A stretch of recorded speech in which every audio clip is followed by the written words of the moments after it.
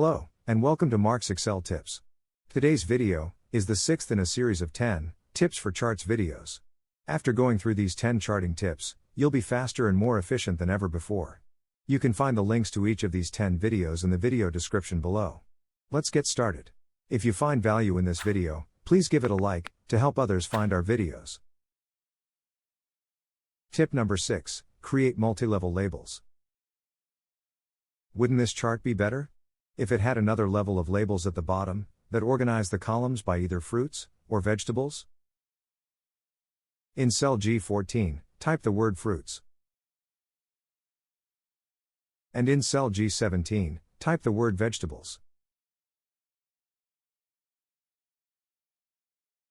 Select the chart. And then on the Design tab, click Select Data. With the dialog box open, drag to select cells, G13 to I18, from Department to 1000. Click OK. Now the chart has another level of labels, for fruits and vegetables.